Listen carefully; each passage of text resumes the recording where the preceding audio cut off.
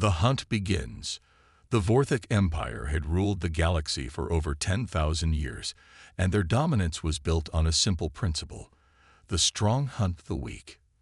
These towering reptilian beings, standing nearly 8 feet tall with scales that shimmered like obsidian, had turned predation into an art form. Their culture revolved around the thrill of the hunt, the satisfaction of stalking prey across star systems, and the glory of claiming victory over species they deemed inferior. War Chief Kravex stood on the bridge of his flagship, the Devourer, watching the holographic displays that showed his fleet's latest discovery. His yellow eyes gleamed with anticipation as he studied the readings from the scout ships. After months of searching the Outer Rim territories, they had finally found something interesting. "Report," Kravex commanded, his voice a low growl that resonated through the command deck. Scout Leader Thys approached, bowing respectfully.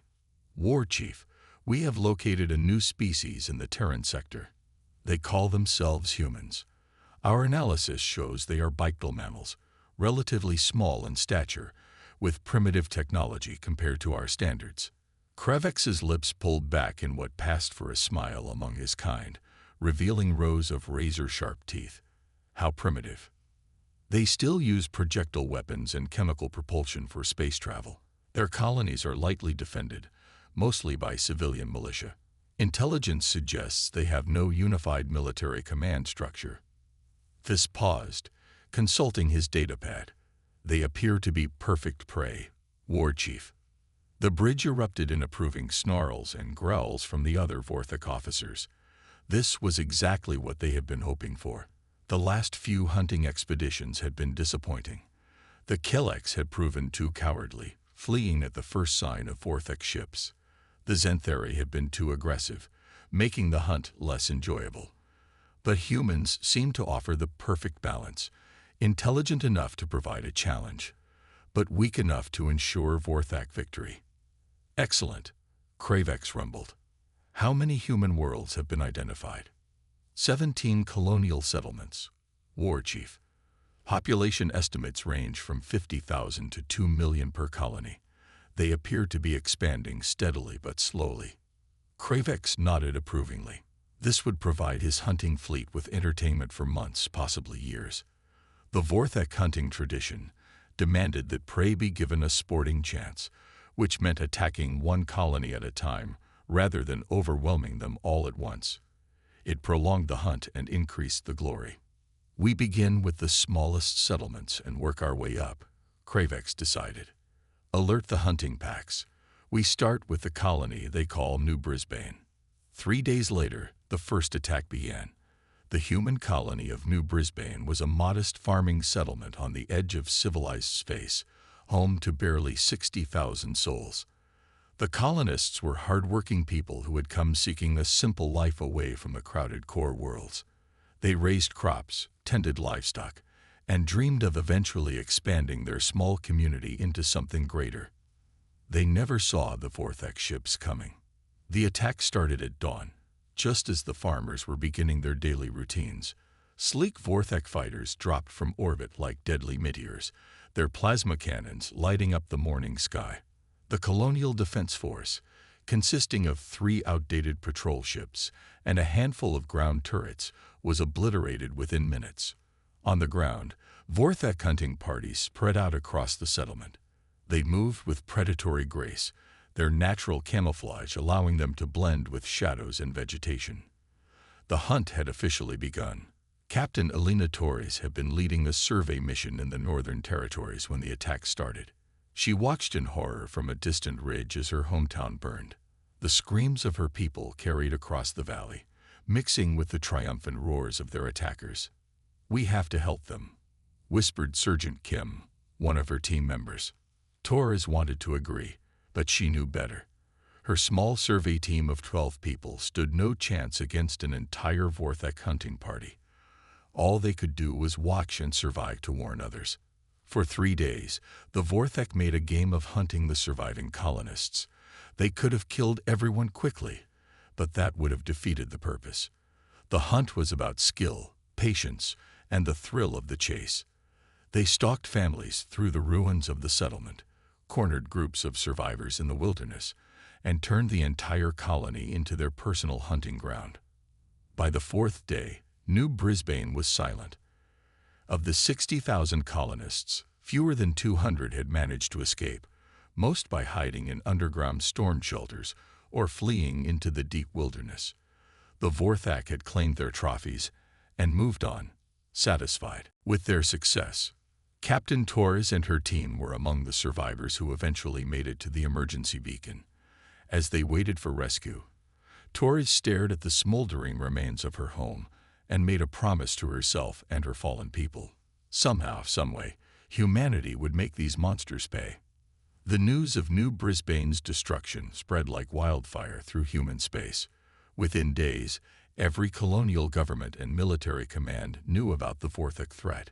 Fear gripped the outer colonies as people realized they were being hunted by something far beyond their ability to fight. But the Vorthak were just getting started. 2 weeks after New Brisbane, they struck the agricultural world of Haven's Rest. The pattern was the same: overwhelming initial assault, systematic hunting of survivors, and eventual departure once the sport had been exhausted. Haven's Rest had been home to 120,000 people. Fewer than 1,000 survived. The third attack came at the mining colony of Kepler Station. This time, the humans had tried to prepare. They had evacuated most civilians and called in what military support they could muster. It didn't matter. The Vorthak adapted their tactics, using the mining tunnels to their advantage, and turning the colonists' own industrial equipment against them. As news of the massacres spread, something began to change in human space. The fear was still there, but it was being joined by anger, rage at the casual cruelty of their attackers, fury at their own helplessness, and beneath it all, a growing determination to survive. What the Vorthak didn't know was that humanity had been preparing for threats like them for decades. Deep in the classified archives of the Terran Defense Council was a project that had been dismissed by many as paranoid and unnecessary. Project Retribution had been designed by military strategists who believed that humanity's expansion into space would eventually bring them into contact with hostile alien civilizations. Dr. Marcus Webb had been one of the architects of Project Retribution. For 15 years, he had worked in secret laboratories developing weapons and tactics specifically designed for asymmetric warfare against technologically superior enemies. His work had been theoretical until now, but the Vorthak attacks had just made it very real. "They think we're primitive," Dr. Webb told the Emergency Council meeting on Terra Prime. "They think our technology is outdated and our tactics are predictable. They're not entirely wrong, but they're making a crucial mistake." Admiral Sarah Chen, the newly appointed commander of humanity's response to the Vorthak threat, leaned forward. "What mistake?" "They're judging us based on our colonial defense forces and civilian militias. They have no idea what we're capable of when we're properly motivated." Webb activated a holographic display showing various weapon systems and spacecraft designs. Project Retribution has been developing these systems for over a decade. We've been preparing for exactly this kind of threat. The weapons Webb showed them were unlike anything in the standard human arsenal. Stealth ships that could operate undetected in Vorthak space. Weapons that could adapt to enemy defenses. Most importantly, tactical doctrines that emphasized humanity's greatest advantages: unpredictability, adaptability, and the willingness to take risks that more cautious species would avoid. "The Vorthak see war as a hunt," Admiral Chen observed, studying the data. "They follow patterns, traditions, rules of engagement that they've used for thousands of years. We're going to throw out the rulebook entirely." As the human leadership planned their response, the Vorthak continued their methodical destruction of human colonies. They struck 4 more settlements over the next month, each attack following the same pattern.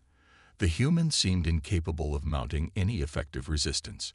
Their military responses were clumsy and predictable, easily countered by Vorthak tactics that had been refined over millennia. War Chief Krevex was beginning to grow bored. The humans were proving even easier prey than anticipated. They fought bravely enough, but bravery without skill was meaningless. He was considering moving his fleet to seek more challenging prey when his scouts brought him disturbing news. War Chief, Scout Leader Thys reported, his usual confidence replaced by uncertainty. "We've lost contact with Hunting Pack Gamma." Krevex's eyes narrowed. "Explain." "They were conducting a standard hunt on the human colony of New Carthage. All transmissions ceased 6 hours ago. When we sent a reconnaissance probe, we found..." Thys hesitated. "We found no evidence of the hunting pack. Their ships are gone. There are no bodies, no wreckage, no signs of battle." For the first time since beginning the human hunt, Kravex felt a chill of unease. In 10,000 years of Vorthak history, hunting packs simply did not disappear. Something had gone wrong, but what could have happened to a full Vorthak hunting party? The answer came 3 days later when another hunting pack failed to report in. Then another. The Vorthak, the galaxy's apex predators, were starting to become prey themselves, and they had no idea how or to what. The hunt was about to become a war, and the rules were about to change in ways the Vorthak could never have imagined. The counterstrike. The first sign that something had fundamentally changed came when War Chief Kravex received a transmission on an encrypted Vorthak military frequency. The voice that spoke was unmistakably human, calm and professional, but there was something in its tone that made every Vorthak on the bridge take notice. "War Chief Kravex of the Vorthak Empire," the voice said, "this is Admiral Sarah Chen of the Terran Defense Force. We need to talk." Kravex snarled at the display, his claws extending involuntarily. "How did they acquire our communication codes?" The human continued as if she could hear his question. "Your hunting packs have been hunting our people for sport. You consider us primitive prey, unworthy of your respect. We're about to show you how wrong you are." The transmission ended, leaving the Vorthak bridge in stunned silence. No prey species had ever addressed them directly, let alone with such confidence. More disturbing was the implication. If the humans had Vorthak communication codes, what else did they have? The answer came 12 hours later when the Vorthak fleet detected human ships approaching their position. Kravex ordered his forces to battle stations, expecting to crush this pathetic attempt at retaliation. What appeared on his sensors defied all expectations. The human fleet was unlike anything in their intelligence files. These weren't the crude vessels they had encountered at the colonies. These ships moved with predatory grace, their hulls seeming to shift and blur in ways that made targeting difficult. Advanced stealth technology kept them partially hidden even when directly observed. "War Chief," his tactical officer reported, his voice tight with confusion, "I'm reading energy signatures that shouldn't be possible with human technology. Their weapons are. I can't classify them." Admiral Chen's voice came over the communications again. "War Chief Kravex, you're looking at the product of Project Retribution. For 15 years, humanity has been preparing for threats like you. We studied every known predator species in the galaxy. We learned from their mistakes, adapted their successes, and developed something entirely new. The first human ship to attack did so in a way that violated every rule of space combat, the Vorthak understood. Instead of engaging at long range with heavy weapons, it closed to knife-fighting distance and deployed swarms of intelligent drones that behaved more like living creatures than machines.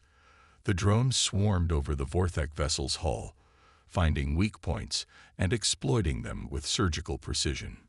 Captain Torres, now commanding one of the new Retribution-class destroyers, watched her tactical display with grim satisfaction. The Vorthak ship was trying to respond to the drone attack, but their weapons weren't designed for point defense against such small, agile targets. Within minutes, critical systems began failing as the drones did their work. "Target neutralized," her tactical officer reported. "The Vorthak vessel is dead in space." "Good," Torres replied. "Move to the next target. Remember, we're not here to destroy their entire fleet. We're here to send a message." The human strategy was unlike anything the Vorthak had faced.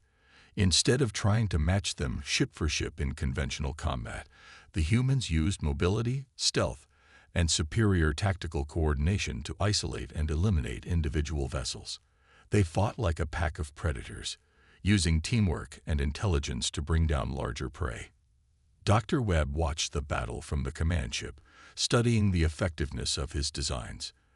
Every weapon system was performing beyond expectations. The adaptive plasma torpedoes were adjusting their yield based on target analysis. The quantum jammers were disrupting Vorthek communications and targeting systems. Most importantly, the psychological warfare components were working exactly as intended. The Vorthek are showing signs of panic, the communications officer reported. We're intercepting transmissions indicating that they've never faced anything like this before. Webb nodded approvingly. Fear is a powerful weapon when used against a species that's never experienced it.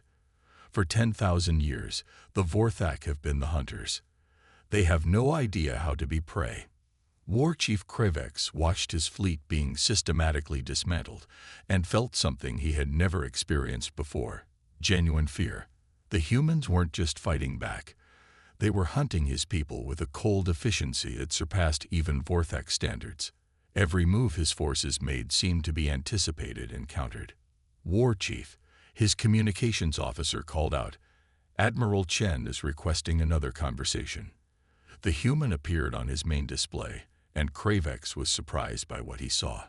Instead of the primitive savage he had expected, Admiral Chen appeared calm, professional, and completely in control. Her uniform was crisp, her bearing military, and her eyes held the confidence of someone who knew exactly what they were doing. "War Chief Kravex," she said, "I trust we have your attention now. Your fleet has lost 6 vessels with minimal casualties on our side. This is not a battle you can win."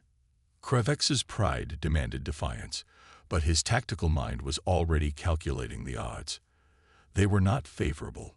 "What do you want, human?" "Simple. You end your hunting of human colonies immediately. You withdraw from our space and never return. In exchange, we allow your surviving forces to depart unharmed. And if we refuse?" Admiral Chen's expression hardened. "Then we demonstrate that humanity can be far more creative in our cruelty than you've ever been in yours. We've studied your species, War Chief. We know what you fear." As if to emphasize her point, another Vorthek vessel suddenly found itself surrounded by human ships that had appeared from seemingly nowhere. Instead of destroying it immediately, they began a careful, methodical dismantling of its defenses. The ship's weapons were surgically removed, its engines disabled, its life support compromised just enough to cause discomfort without death. The message was clear. The humans could have destroyed the vessel instantly but chose not to. They were demonstrating their power while showing that they could be merciful if their terms were accepted. Elder Vorthek Zephys, the most senior member of Kravex's command staff, stepped forward. At nearly 3 centuries old, he had lived through more hunts than any other Vorthek alive. His voice carried the weight of experience when he spoke. "War Chief," he said quietly, "I have seen many prey species attempt to fight back. None have ever demonstrated this level of tactical sophistication or technological advancement. These humans, they are not prey. They are apex predators, and we underestimated them catastrophically." Kravex wanted to argue, but the evidence was overwhelming. The human fleet continued its demonstration, picking off isolated Vorthek vessels with contemptuous ease. Each attack showed new capabilities, new weapons, new tactics that the Vorthek had never encountered. "How is this possible?" Kravex demanded. "Our intelligence showed them to be primitive." Admiral Chen answered as if she had heard him. "Your intelligence showed you what we wanted you to see. The colonial defense forces you encountered were exactly what they appeared to be: civilian militias with limited training and equipment. But you made the mistake of assuming that represented humanity's full capabilities." The truth was becoming clear to the Vorthek command staff. The human colonies had been deliberately left underdefended, not because humanity couldn't protect them, but because they served as bait. The Vorthek had fallen into a trap that had been decades in the making. Project Retribution was designed specifically to counter threats like your empire, Admiral Chen continued. We studied every successful predator species in the galaxy and developed countermeasures for their tactics. We knew that eventually someone would try to hunt us. We made sure we were ready. Captain Torres moved her ship into position for the final demonstration. Her target was War Chief Krevex's flagship, the massive dreadnought that had been the terror of a dozen star systems. Her weapons locked onto the ship's central command section with surgical precision. "Admiral," she reported, "we have a perfect firing solution on the War Chief's vessel. One shot will take out their command and control while leaving the rest of the ship intact." Admiral Chen studied the tactical display for a long moment.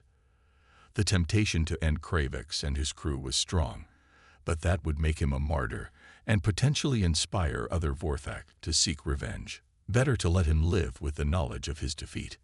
"Negative, Captain. Stand down. War Chief Kravex needs to return to his people and explain what happened here today." Kravex watched the human weapons power down and realized he had been given the ultimate insult: mercy. The humans were so confident in their superiority that they didn't even consider him worth killing. "Your terms are accepted," he said, the words tasting like poison in his mouth. "Excellent," Admiral Chen replied. "You have 24 hours to withdraw from human space. Any Vorthak vessel found in our territory after that time will be destroyed without warning. And War Chief, make sure your people understand what happened here today. Humanity is no longer prey." The Vorthak fleet began its withdrawal, limping away from the battlefield with nearly a quarter of their ships destroyed or disabled. For the first time in their species' history, they had encountered something that could outhunt them. As the alien ships disappeared into hyperspace, Admiral Chen turned to Dr. Webb. "Do you think they'll stay away?" Webb considered the question carefully. "The Vorthak are predators, but they're not stupid. They'll remember this lesson. Word will spread throughout their empire and beyond. Other species that might have considered hunting humans will think twice." Captain Torres joined them on the command deck, her face showing the exhaustion of battle, but also a grim satisfaction. "What about the colonies we lost? The people they killed?" "We can't bring them back," Admiral Chen said quietly, "but we can make sure their sacrifice wasn't meaningless. The galaxy now knows that humanity will defend itself, and that we're far more dangerous than we appear." 3 months later, reports began filtering in from across the galaxy. The Vorthak Empire had ceased all hunting expeditions and withdrawn to their core territories. Other predator species that had been considering expansion into human space suddenly found pressing business elsewhere. The message was clear. Humanity had announced its presence on the galactic stage, and that announcement had been written in the wreckage of those who had underestimated them. Dr. Webb stood in his laboratory, looking at the weapons and technologies that had saved his species. Project Retribution had succeeded beyond his wildest expectations, but he knew this was just the beginning. The galaxy was a dangerous place, full of threats both known and unknown. But humanity was ready. They had learned the most important lesson of all.